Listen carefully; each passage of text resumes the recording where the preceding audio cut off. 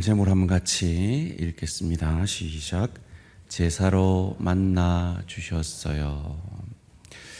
주어와 목적어가 생략되어 있는 제목입니다. 우리 주일학교 학생들도 동일한 본문과 제목을 가지고 말씀을 들을 텐데요. 여기서 빠져있는 주어가 누구죠? 하나님이. 빠져있는 목적어는 누굽니까? 나를, 우리를. 하나님이 제사로 우리를 만나 주십니다. 만남이라는 시를 한 편 소개해드리고 말씀을 시작하고자 합니다.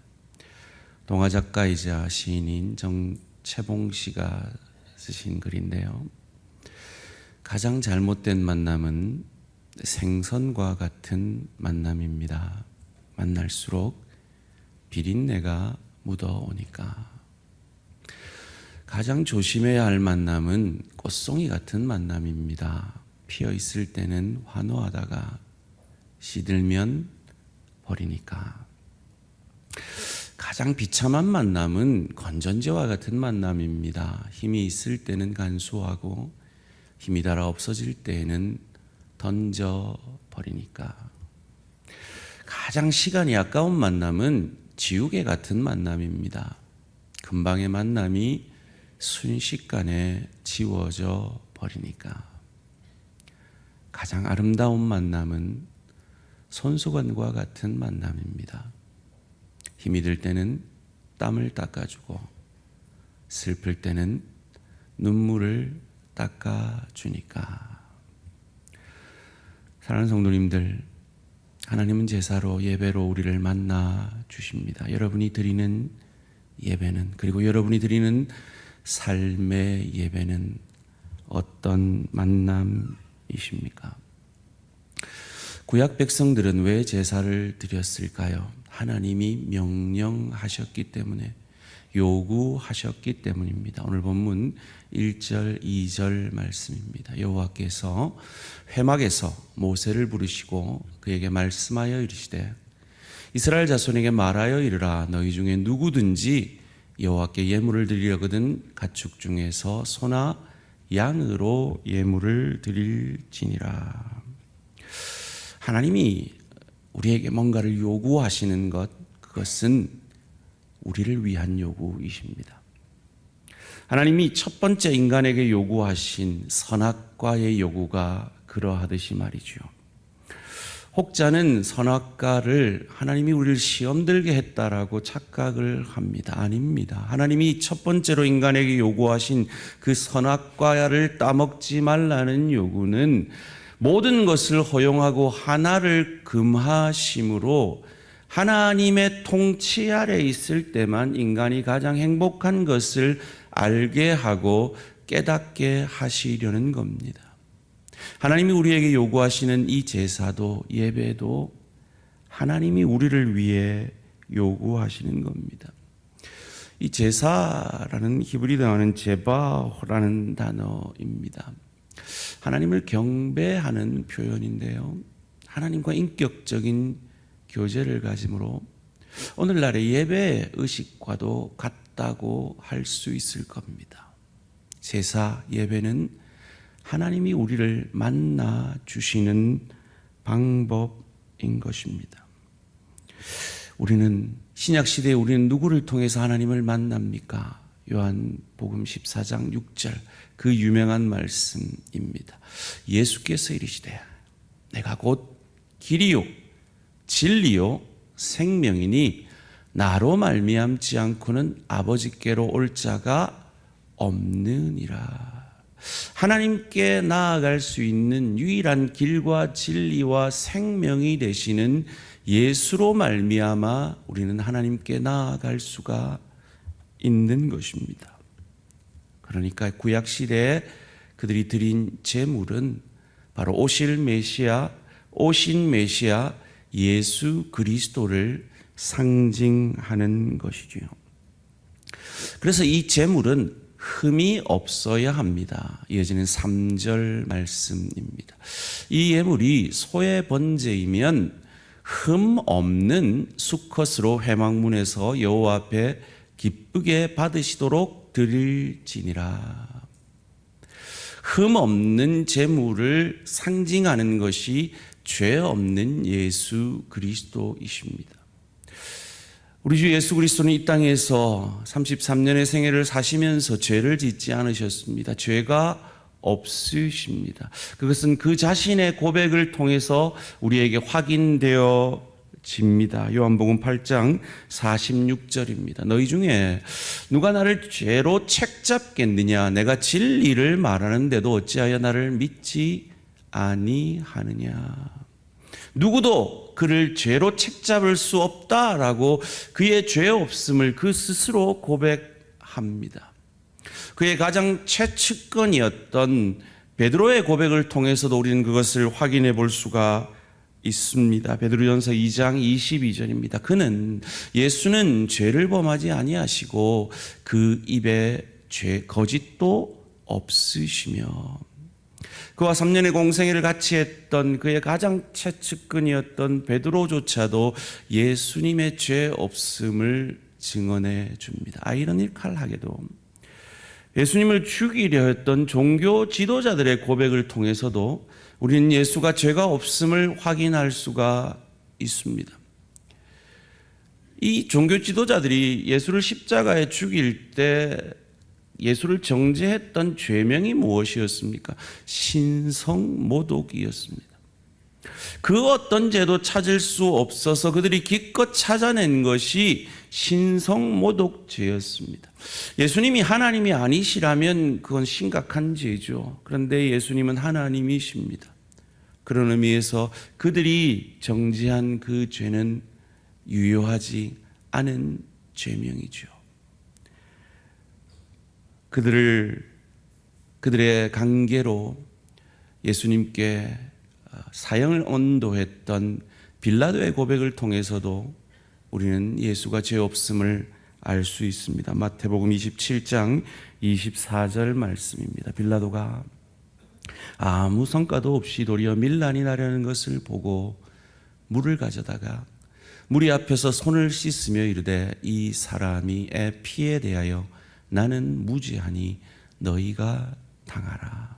죄 없는 이 예수의 죽음 앞에 자신의 무죄함을 증거하며 이것은 다 너희 때문이다라고 그 죄를 전가하는 것입니다. 그리고 예수의 이 십자가 상의 모습을 본 이방인 백부장 이 로마 사람이 이렇게 선언합니다. 백부장이 그 된 일을 보고 하나님께 영광을 돌려 이르되 이 사람은 정녕 의인이었도다 하고, 이처럼 예수는 흠 없는 제물이신 죄 없는 의인이셨습니다. 그가 단 한 번의 죽음을 통해서 그 제사를, 그 율법을 완성하실 수 있었던 이유가 바로 여기에 있는 것입니다. 히브리서 10장 14절 말씀 함께 한 목소리로 읽습니다. 시작. 그가 거룩하게 된 자들을 한 번의 제사로 영원히 온전하게 하셨느니라. 왜요? 죄 없는 완벽한 제물 되셨기 때문입니다. 이 제사 제도 가운데 하나님은 그 흠 없는 제물에게 안수하라 명하십니다. 오늘 본문 4절 말씀입니다. 그는 번제물의 머리에 안수할지니 그를 위하여 기쁘게 받으심이 되어 그를 위하여 속죄가 될 것이라. 그의 죄가 그 제물에게 안수함으로 그 제물에게 전가되어지는 것입니다. 그래서 그 전가된, 내 죄가 전가된 그 제물이 죽어짐을 통해서 속죄가 이루어지는 것이죠.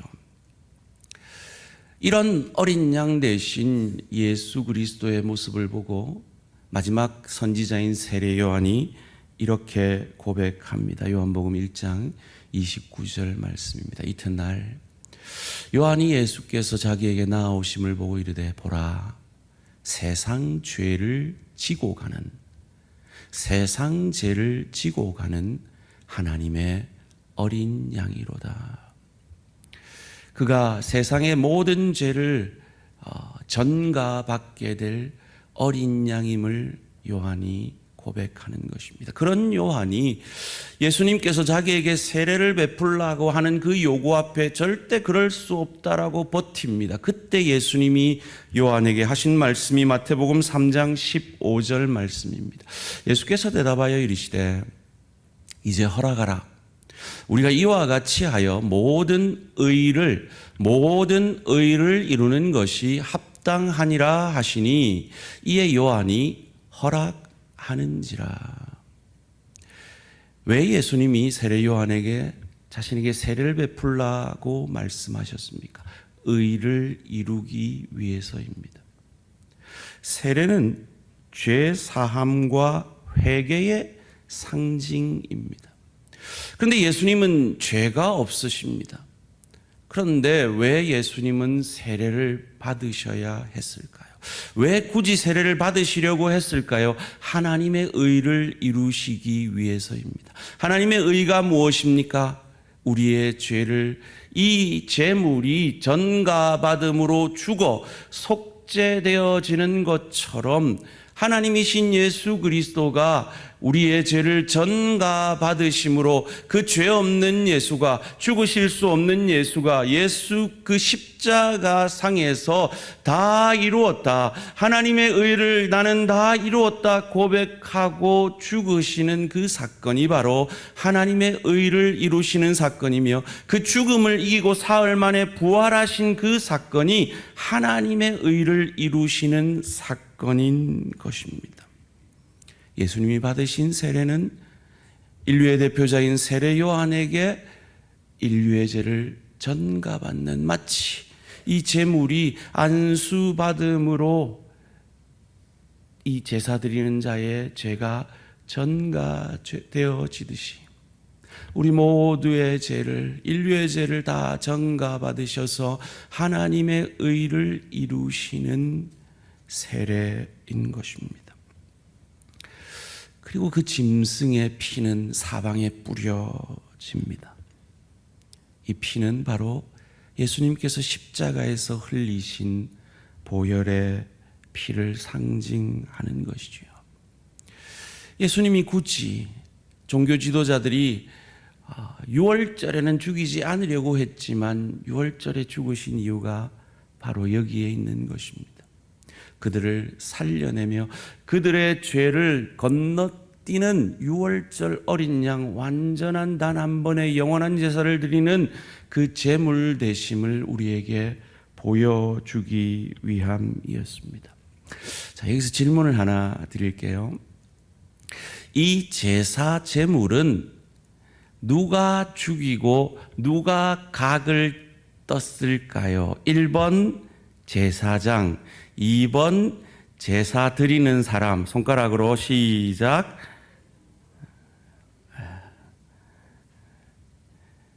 1번이 뭐였죠? 제가 땡.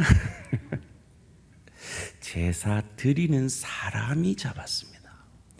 4절에서 6절까지 말씀 함께 읽습니다. 시작. 그는 번제물의 머리에 안수할지니 그를 위하여 기쁘게 받으심이 되어 그를 위하여 속죄가 될 것이라.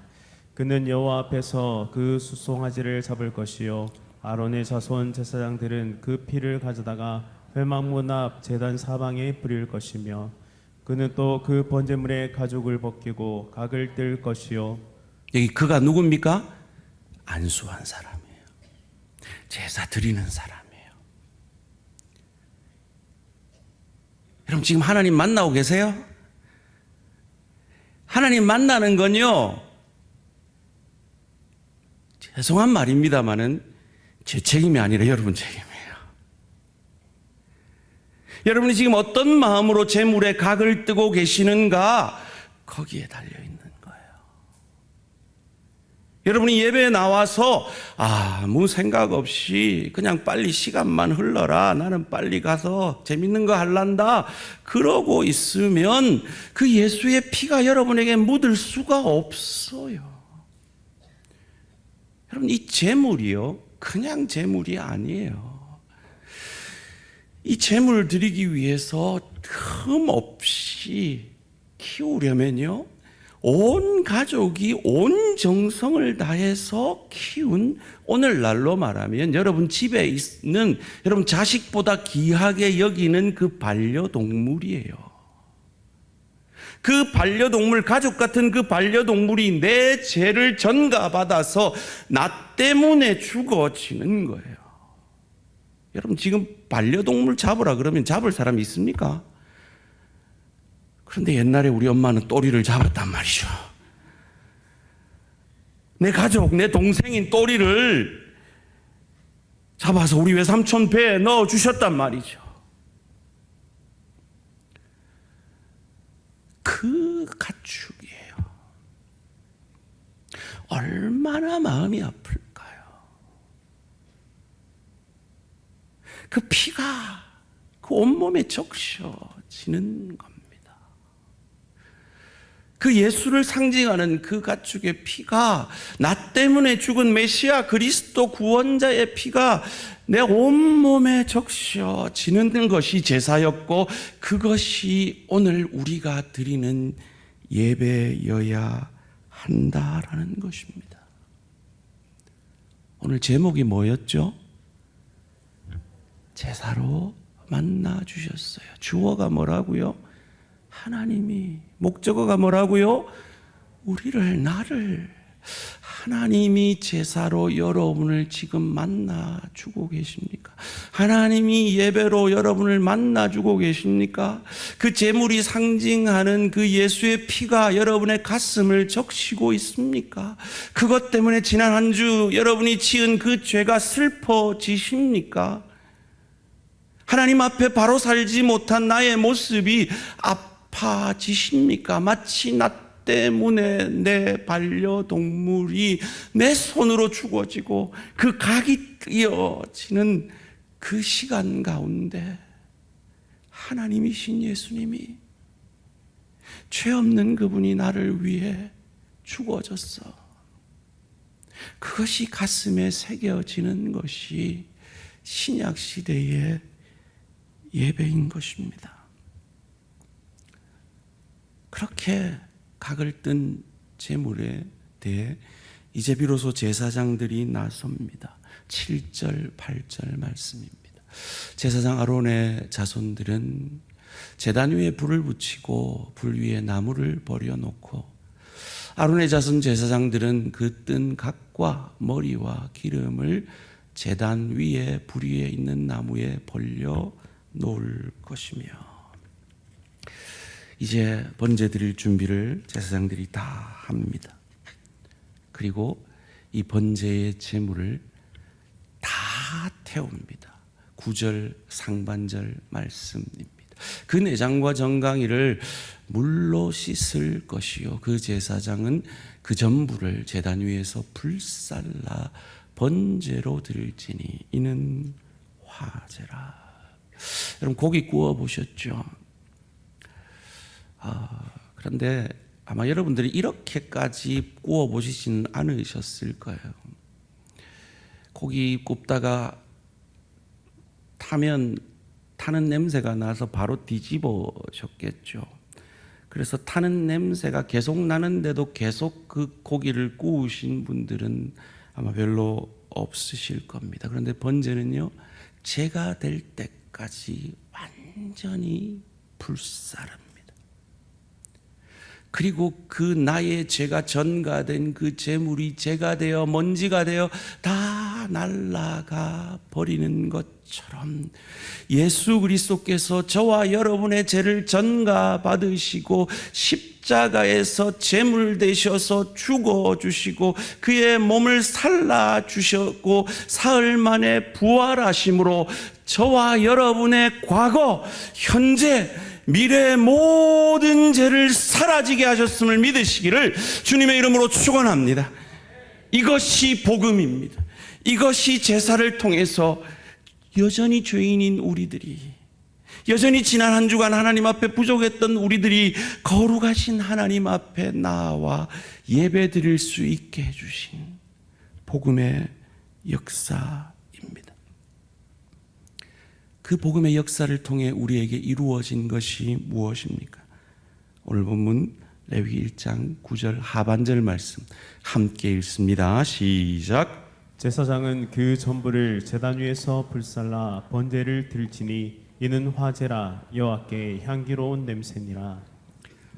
여러분, 저와 여러분이 하나님 앞에 향기로운 냄새임을, 여전히 내게는 죄의 냄새가 나지만 나를 대신하여 내 과거, 현재, 미래의 모든 죄를 사해 주신 단 한 번 완전한 제사 대신 예수 그리스도의 제사를 통해 우리는 하나님께 향기로운 냄새임을 믿으시기를 주님의 이름으로 축원합니다.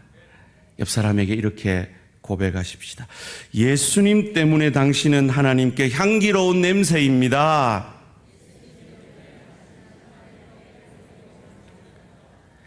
원래 제가 이렇게 안 하려고 하고요, 이렇게 하려고 했거든요. 냄새 좋으시네요 이러려고 그랬거든요. 근데 그건 너무 좀 세속적인 것 같아서 제가 좀 질게 했습니다. 사랑하는 성도님들, 이거 믿으십니까? 이거 정말 믿으세요? 지난 한 주 우리 부족했잖아요. 넘어졌잖아요. 쓰러졌잖아요. 남편하고 싸웠잖아요. 자식한테 소리 질렀잖아요. 일터에서 부족했잖아요. 하나님 앞에 찔리는 부분이 있잖아요. 그럼에도 불구하고 하나님 앞에 저와 여러분이 예수님 때문에 향기로운 냄새가 되었음을 믿는 것, 그것이 복음을 믿는 것입니다. 그것이 복음입니다.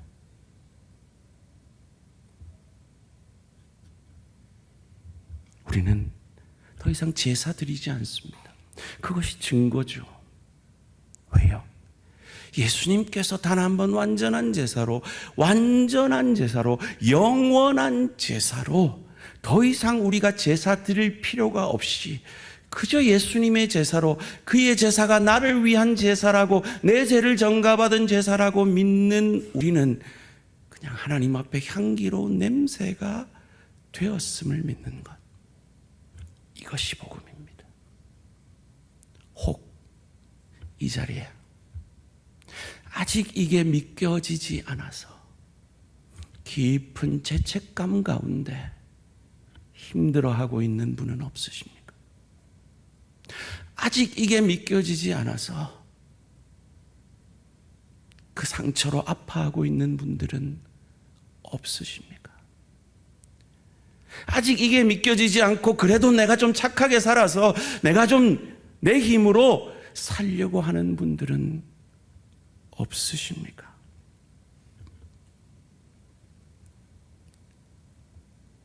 그렇다면 우리는 왜 예배를 드립니까? 그 주님이 예배 가운데 만나 주시기 때문입니다.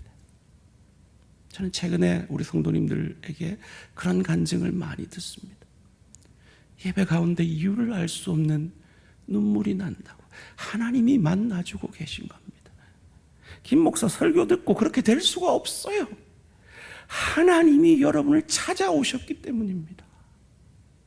그 떨림 앞에, 그 감동 앞에 외면하지 마시고 예수를 나의 구주로 영접함으로 내 존재와 상관없이 하나님 앞에 향기로운 냄새가 되어지는 이 복음의 사람들 되어지시기를 주님의 이름으로 축원합니다. 그 복음의 사람들인 우리는 이 예배 가운데 다시 한번 날 향한 그 복음의 능력과 은혜에 감사하며 감격하게 되는 것입니다. 다시 한번 여쭙니다. 여러분, 이 예배를 통해 하나님을 만나고 계십니까?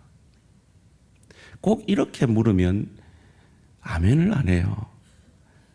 여러분, 오늘 이 예배 가운데 하나님을 진짜 만나고 계십니까? 그 부활의 주님, 그 십자가의 주님의 피가 여러분에게 적셔지고 그 예수의 부활이 나의 부활임이 믿어지십니까? 그렇다면 믿으십시오. 저와 여러분은 우리의 존재와 상관없이, 우리의 꼬라지와 상관없이, 우리의 행위와 상관없이 하나님 앞에 향기로운 냄새입니다. 이 얼마나 놀라운 축복입니까? 이 얼마나 놀라운 은혜입니까? 이런 은혜를 우리가 받았기에 이제 이 은혜를 간직하고 가정으로 가는 거죠. 일터로 가는 겁니다. 주의 교회를 섬기는 겁니다. 이 은혜 때문에 나도 그곳에서 향기로운 냄새가 되려 몸부림치는 것입니다. 사랑하는 성도님들, 여러분과 하나님의 만남은 어떤 만남입니까? 여러분의 가정에서 여러분의 배우자와, 여러분의 부모와 자녀와, 일터에서 동료와, 주의 교회에서의 지체와의 만남은 어떤 만남입니까? 정말 하나님과의 만남이 우리에게 그런 생선과도 같은 만남이 아니라면,